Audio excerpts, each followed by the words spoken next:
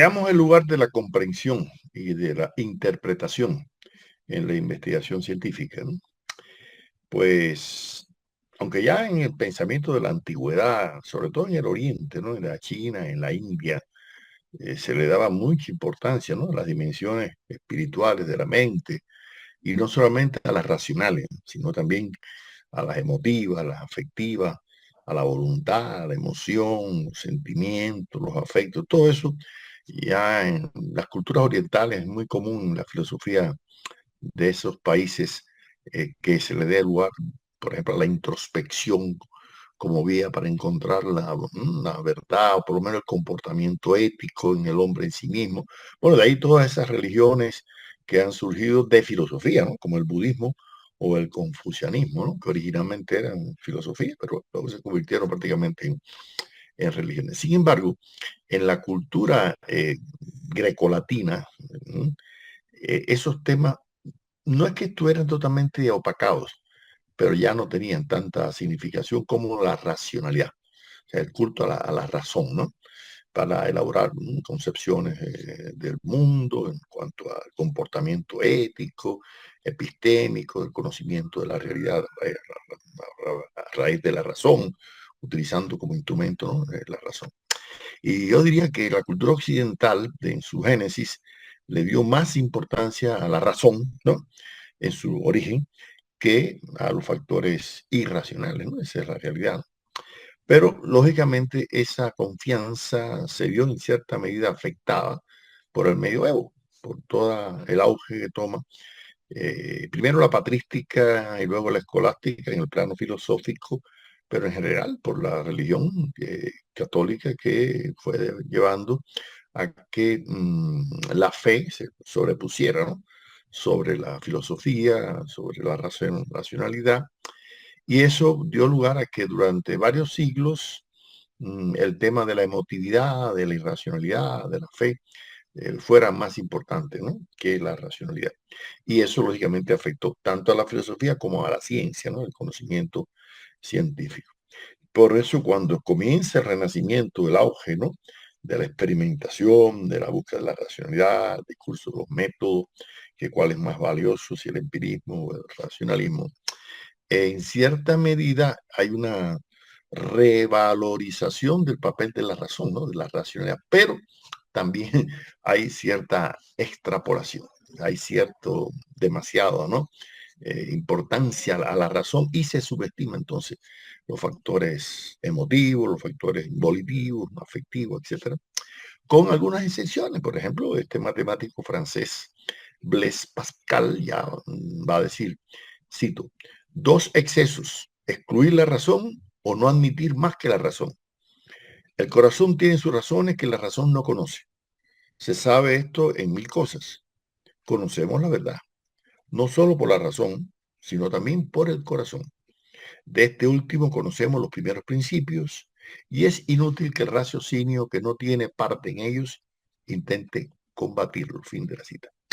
Yo creo que de esta manera este matemático, físico francés estaría sentando un poco las bases de lo que luego, durante sobre todo en el siglo XIX, porque en el XVIII el irracionalismo no tendría tanta fuerza. Durante el periodo de la Ilustración predomina más la razón y los métodos cartesianos, el tema, ¿no? De la racionalidad, etcétera, ¿no? La fundamentación matemática. Ya vimos en los reduccionismos anteriormente estudiados que prevalece a veces un mecanicismo, una visión totalmente, y luego con el positivismo en el siglo XIX se va a implantar cada vez más. Pero, ¿qué pasa? Que a mediados del siglo XIX, y ya es más, un poquito antes, desde el auge de la filosofía clásica alemana, no, no tanto ni con Kant ni con Hegel, pero sí con Schelling, ¿eh? Que va a darle mucha importancia a la potenciación del alma, a la voluntad, a una serie de factores, ¿no? Y luego vendrán Kierkegaard, Schopenhauer, otros pensadores, y aparece ya con fuerza lo que se conoce como el irracionalismo. Y yo creo que un científico y un profesor deben conocer cuáles son los fundamentos, ¿no? Del irracionalismo y del papel que juega la comprensión y la interpretación en el proceso cognitivo, ¿no? De la realidad para, bueno, valorarlo, pero no hiperbolizarlo. Según Manuel Suances, cito, las filosofías que han tratado de este concepto de vida han sido englobadas bajo el rótulo general de irracionalismo. Esta palabra puede reflejar una matriz antirracional que no es exacto. Es cierto que las filosofías de la vida supusieron un clamor de protesta contra el excesivo espíritu racionalista que había imperado durante toda la primera mitad del siglo XIX. Pero tampoco se fueron al otro extremo, proscribiendo la razón. Más bien han hecho de esta un instrumento al servicio de otras fuerzas que, en su opinión, son más fundamentales, tanto para el conocimiento como para la realidad. Desde el punto de vista óntico, las filosofías irracionalistas dirán que la estructura de la realidad no es racional, que el ser en su más profunda raíz no es racional. Y por consiguiente, si lo esencial de la realidad no es racional, tampoco el conocimiento consciente y racional será apto para llegar al núcleo de las cosas. Las categorías ónticas y noéticas de la razón son inadecuadas para captar la médula de lo real. En una palabra, la razón esconde y hasta se engaña sobre la naturaleza verdadera de las cosas. Se queda en la superficie, se contenta con medir y fabricar conceptos, pero todo ello deja intacto el impulso que hace aparecer el conjunto de los fenómenos que llamamos mundo. ¿Cuál es esa fuerza última que más allá de la razón explica el mundo y la vida? Uno le llaman voluntad, otro impulso vital, inconsciente, voluntad de poder, sentimiento. Todos ellos coinciden en postular una fuerza superior a la razón que explica lo real de forma más adecuada y donde aquella tiene una función instrumental. Fin de la cita. Bueno, miren la importancia que tiene este análisis.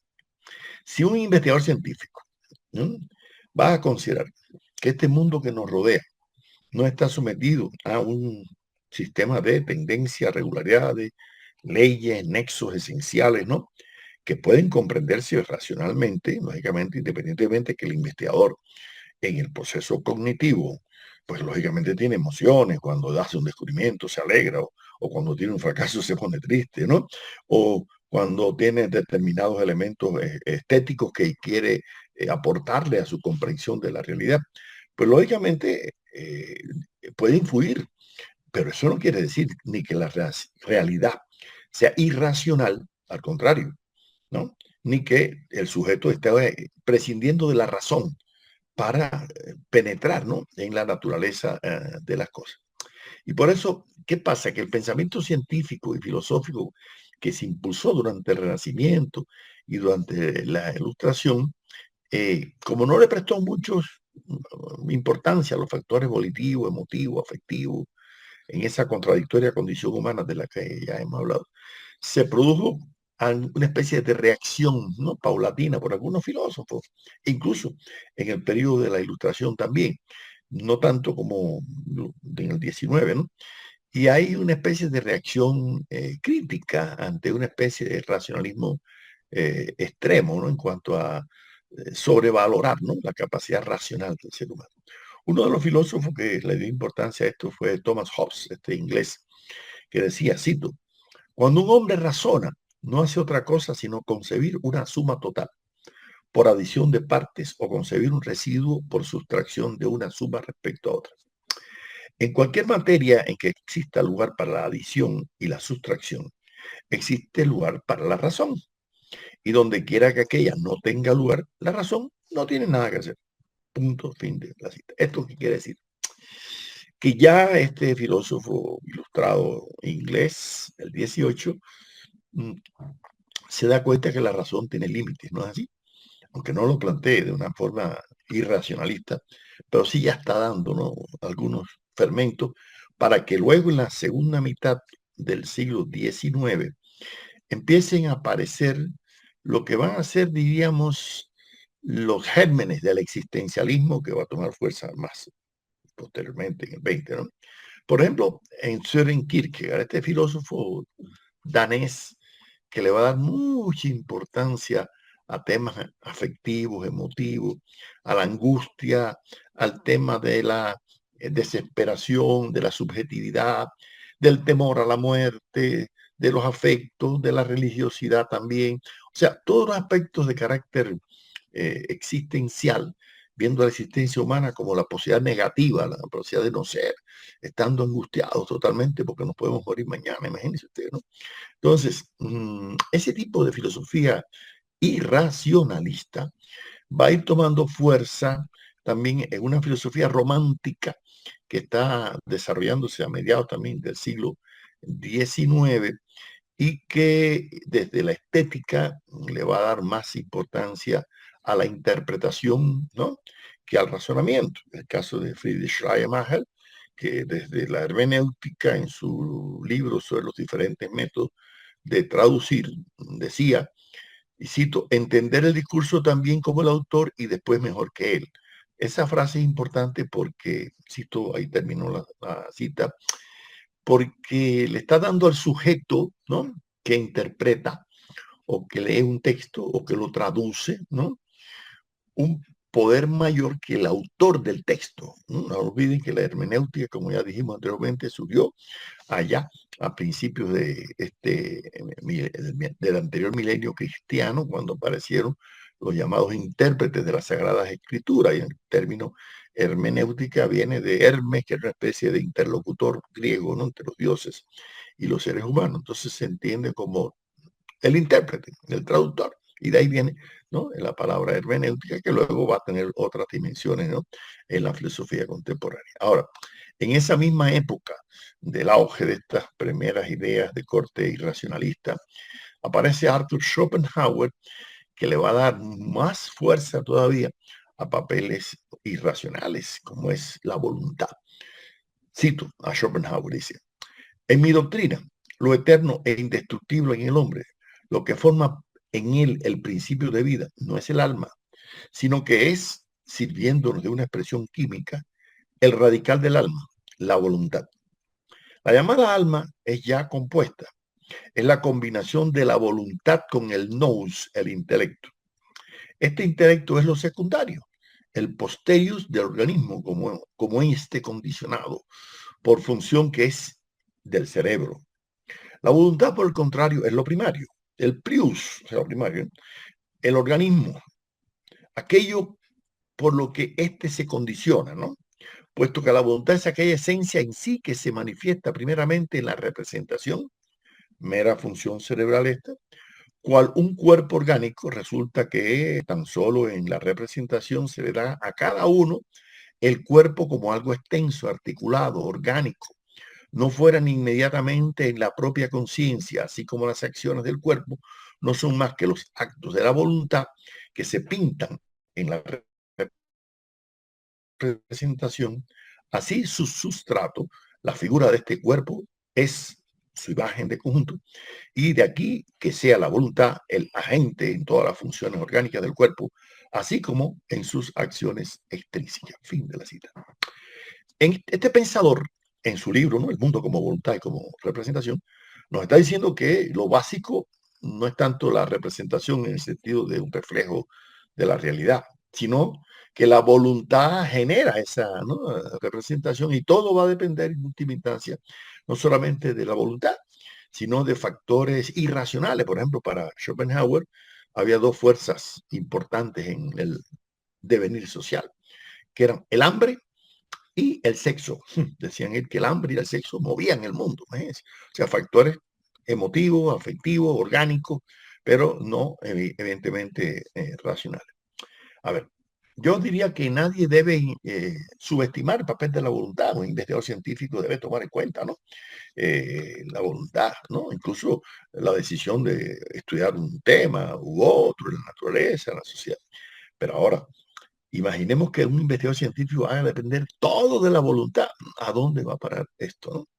Y esto fue cogiendo cada vez más fuerza a finales del siglo XIX en la llamada Lebensphilosophie, o filosofía de la vida, en Wilhelm Dilthey, ¿no?, quien estableció ya una especie de dicotomía, ¿no?, entre los factores racionales y los irracionales, y le dio mucha importancia al tema de la comprensión, ¿no?, del Verstehen, ¿no?, y no tanto del razonamiento, ¿no?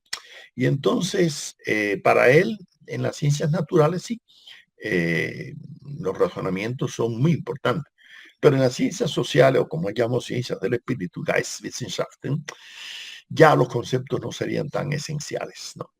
Ya la racionalidad no desempeñaría ese papel, ¿no? Y luego Nietzsche ya le va a dar desde otra perspectiva más todavía, ¿no? Desarrollada de la voluntad, incluso de Aviles o Macht, la voluntad de poder. Y la voluntad como un elemento importante, siguiendo en este caso las tendencias de Schopenhauer y de Dilthey, ¿no? En cierta medida, estas reacciones de estos filósofos era una crítica al positivismo, ¿no?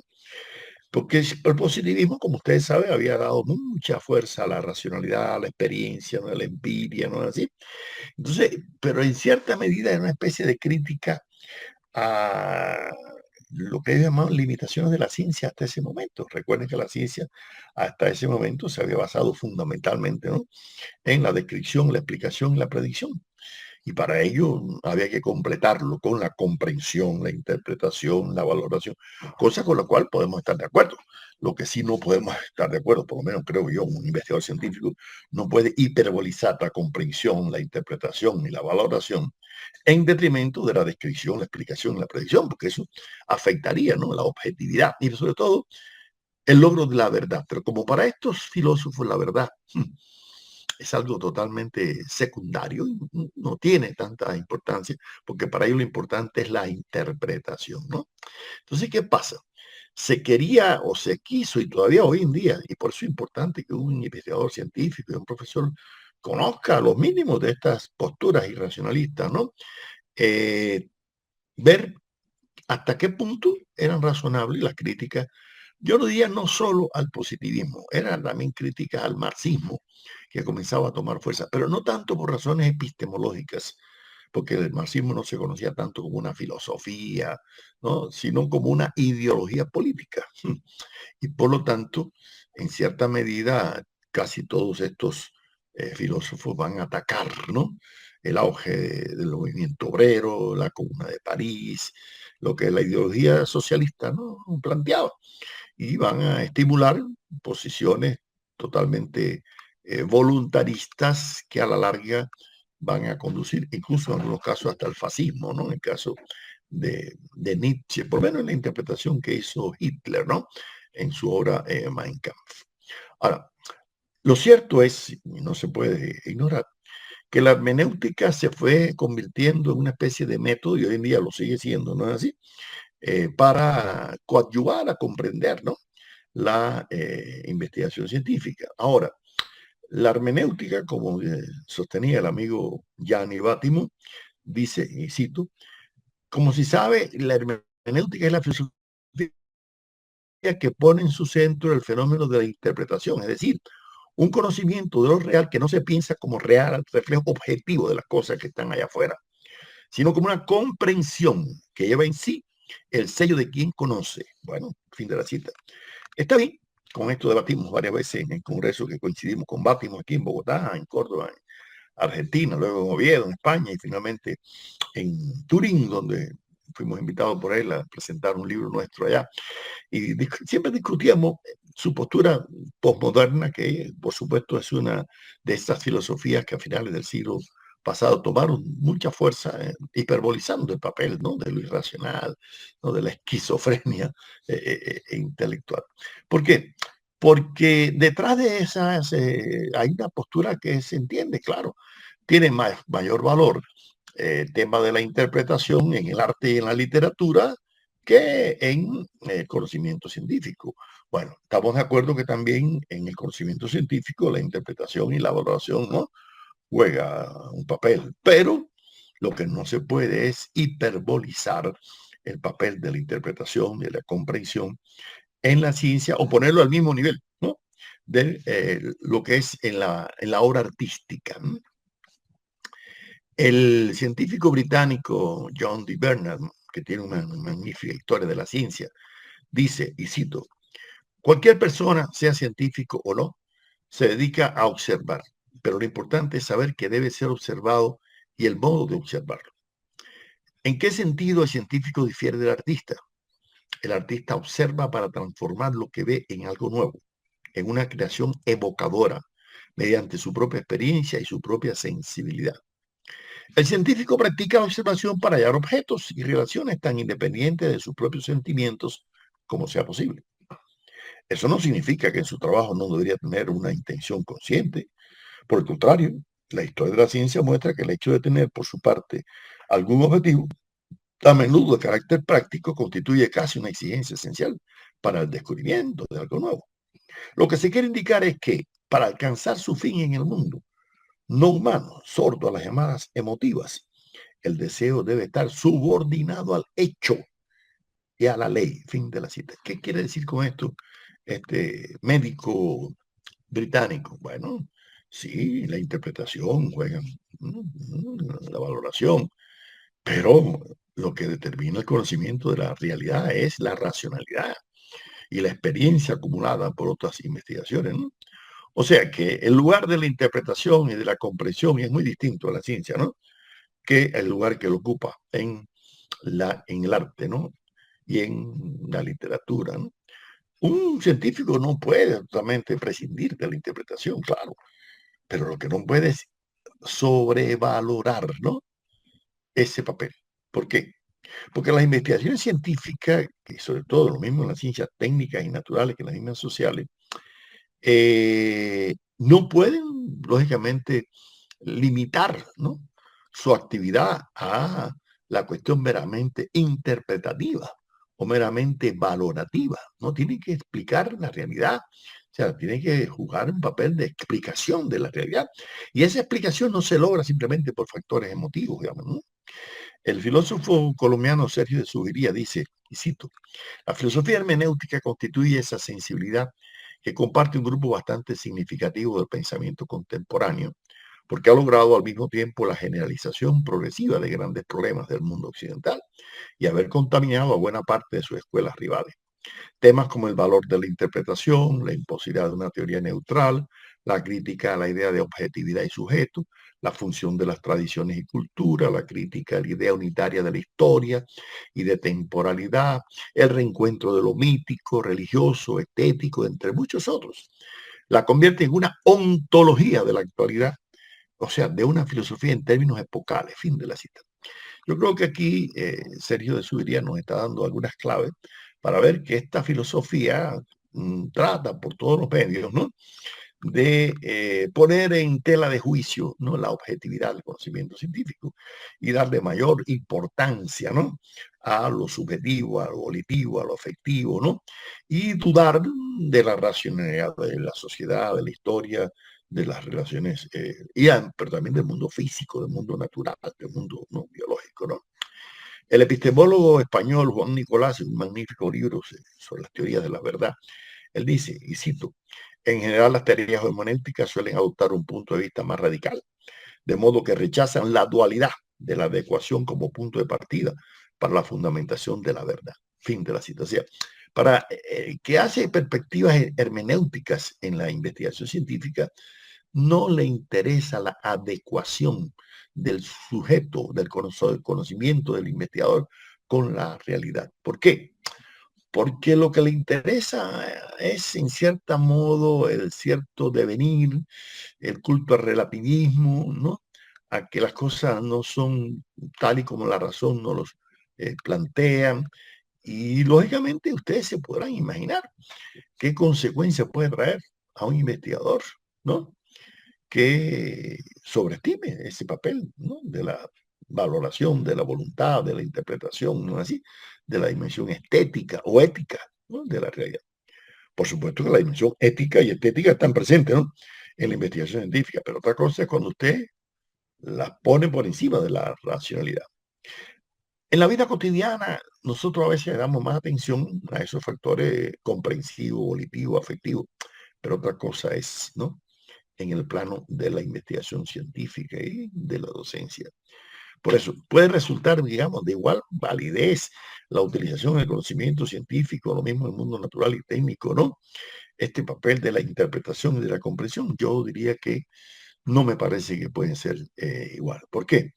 Porque aunque la comprensión y la interpretación pueden ser variables que podamos tener, ¿no? En cuenta a la hora de los estudios científicos, no se pueden situar, ¿no? Al mismo nivel. Y mucho menos compartir las tesis de Friedrich Nietzsche, para el cual no existe la verdad, y no solamente interpretaciones.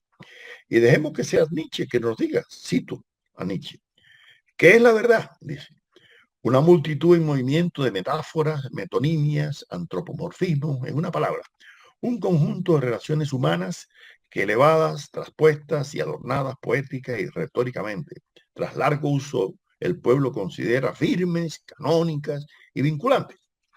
Las verdades son ilusiones de las que hemos olvidado que lo son. Son metáforas ya utilizadas que han perdido su fuerza sensible. Monedas que han perdido su imagen y que ahora entran en consideración como metal, no como tales monedas.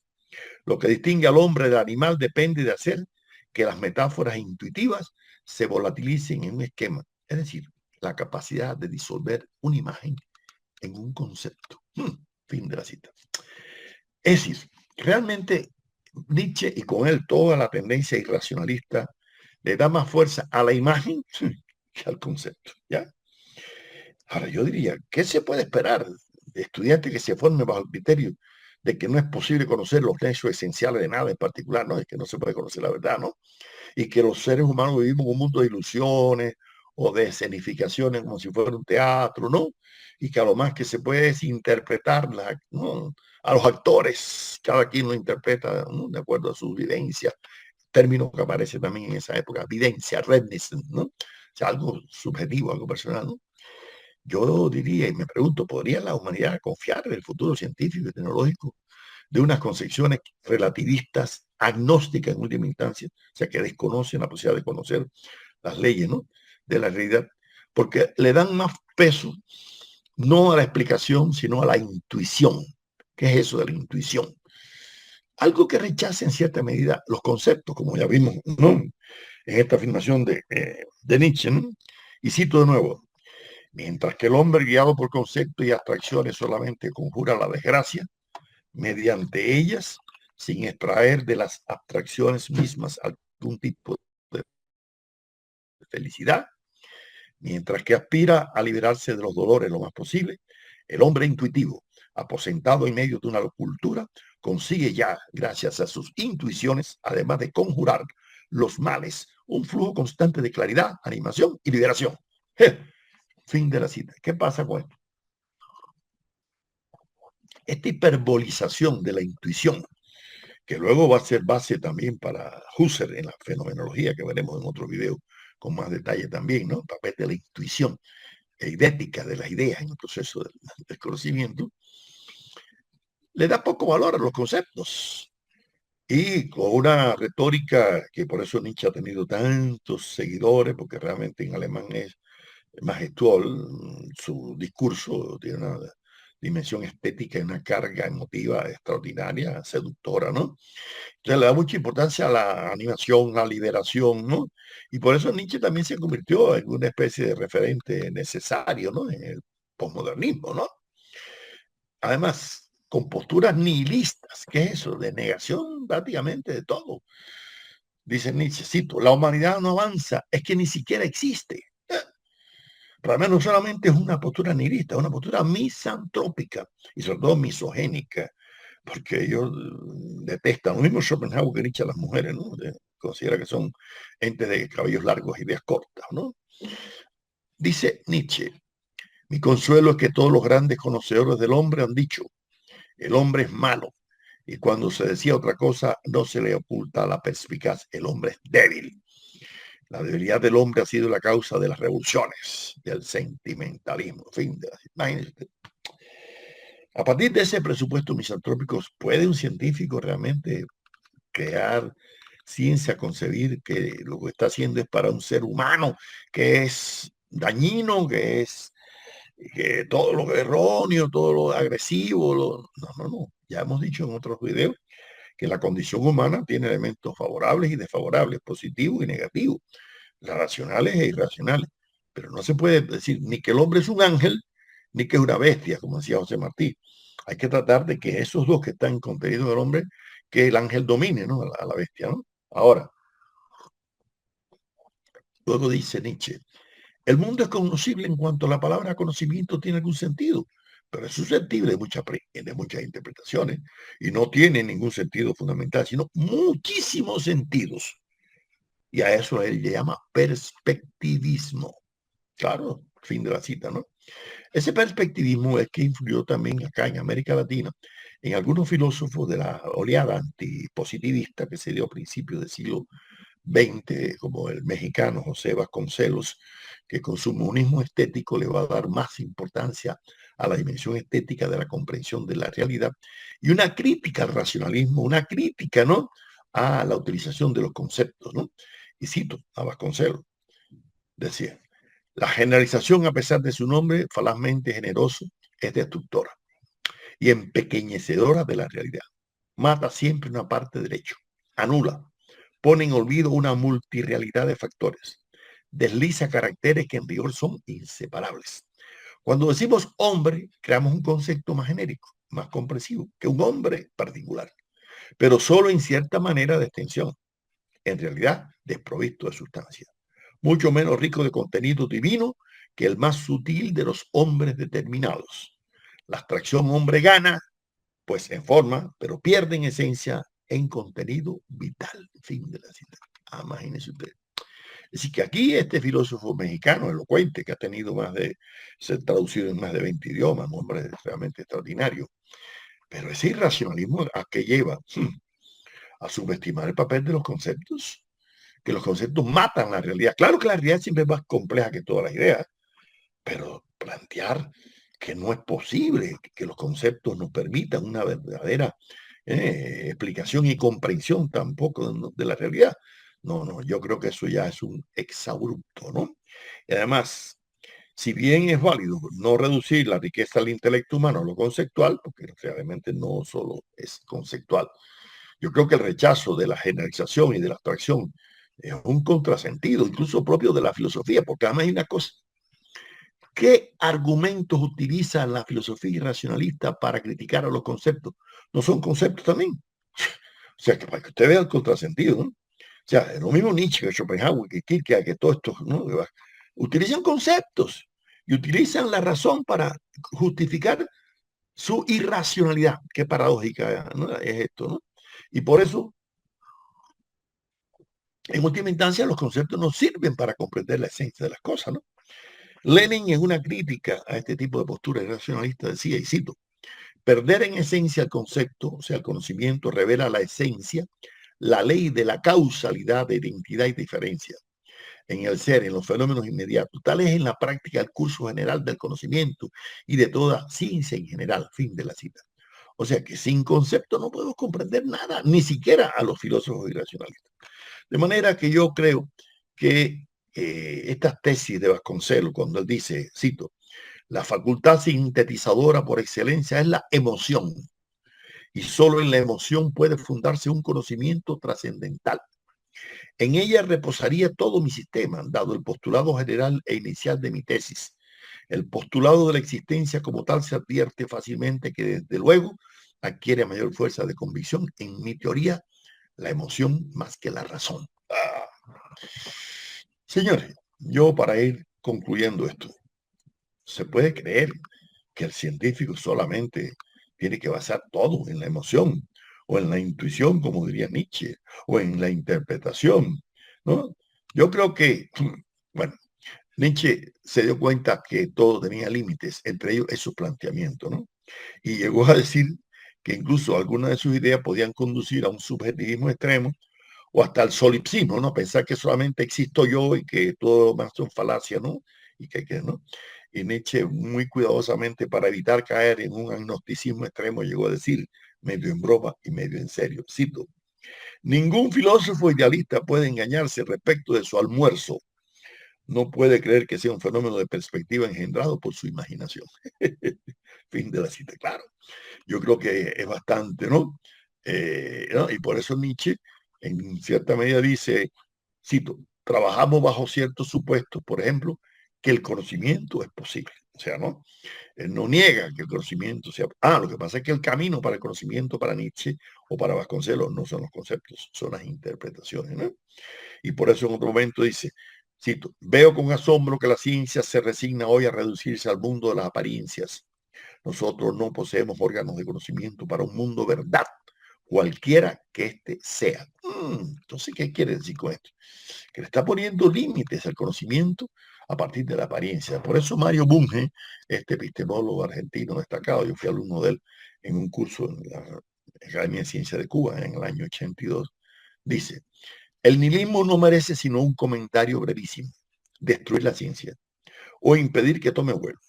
Es una manera muy eficaz, aunque no tanto como la guerra, de impedir el desarrollo de una nación, ya que el desarrollo científico es un componente del cultural y del global. O sea, que destruir la ciencia, por supuesto que tiene efectos terribles, ¿no?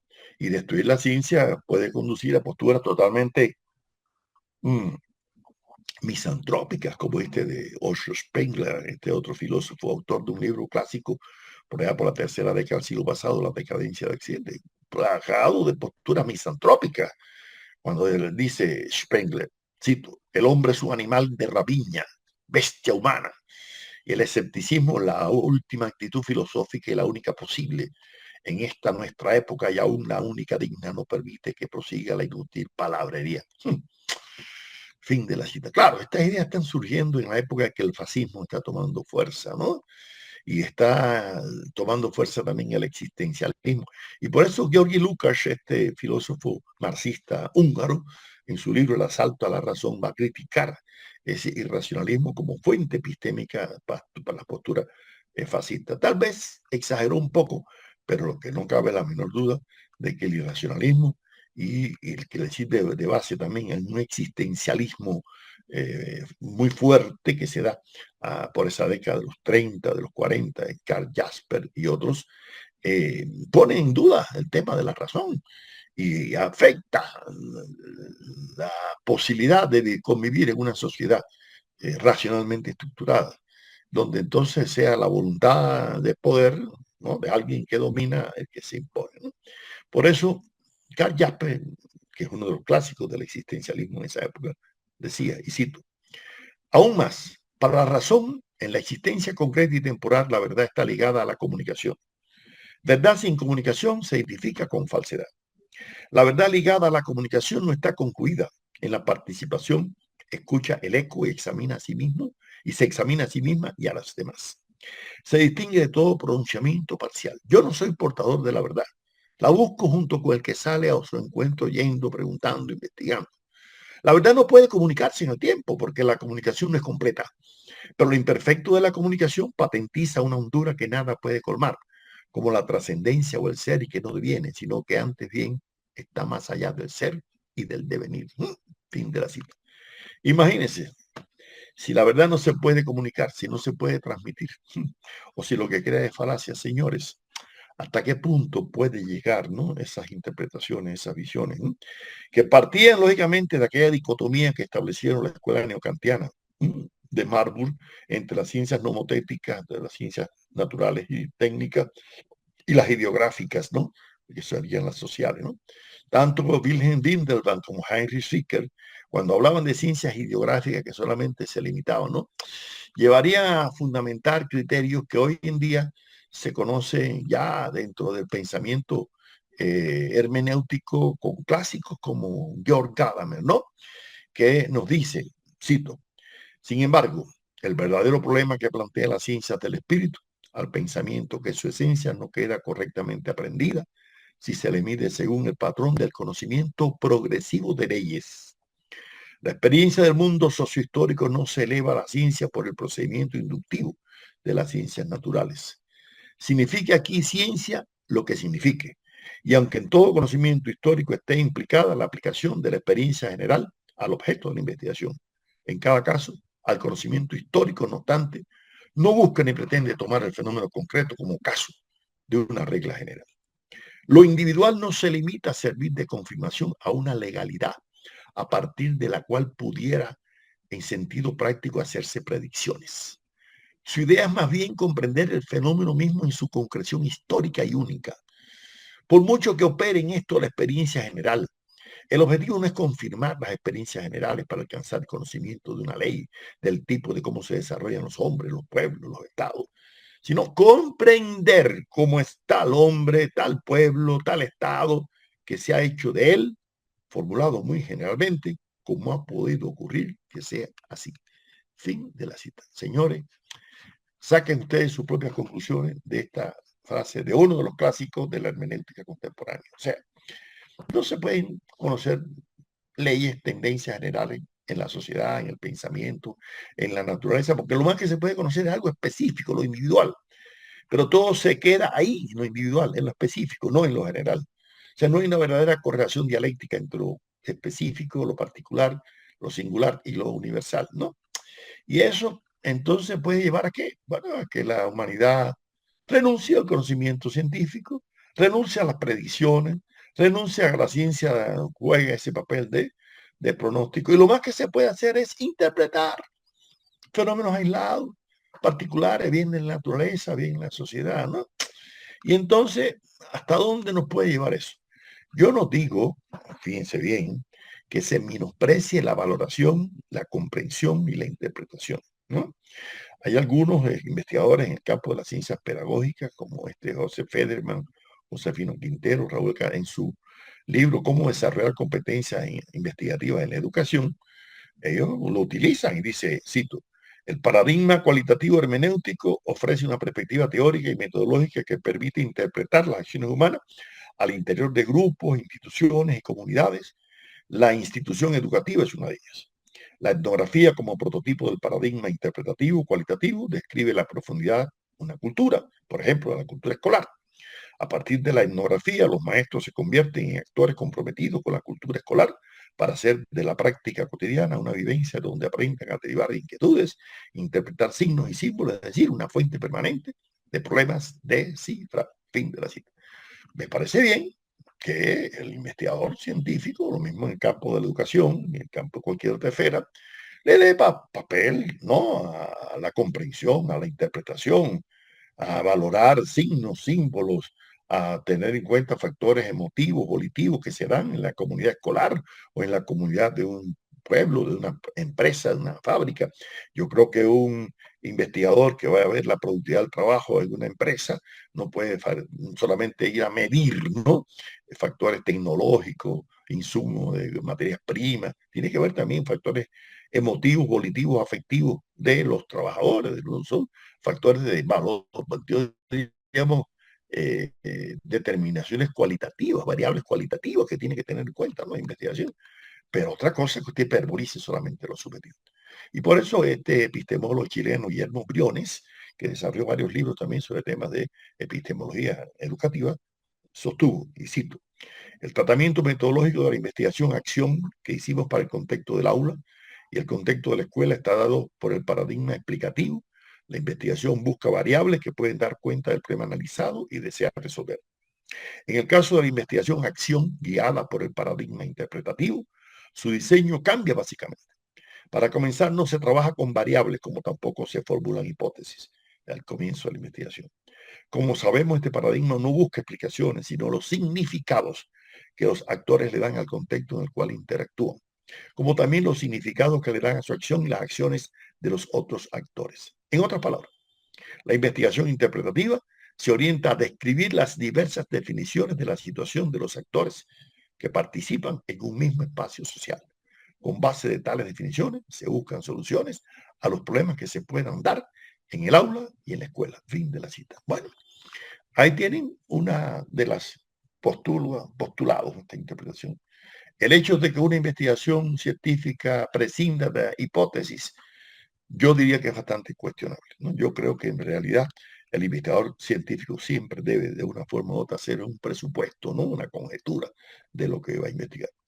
Por último, yo creo, y con esto termino, que constituye una tarea de los investigadores científicos y de los profesores determinar en qué medida la comprensión y la interpretación forman parte también del proceso cognitivo de la realidad, ¿no?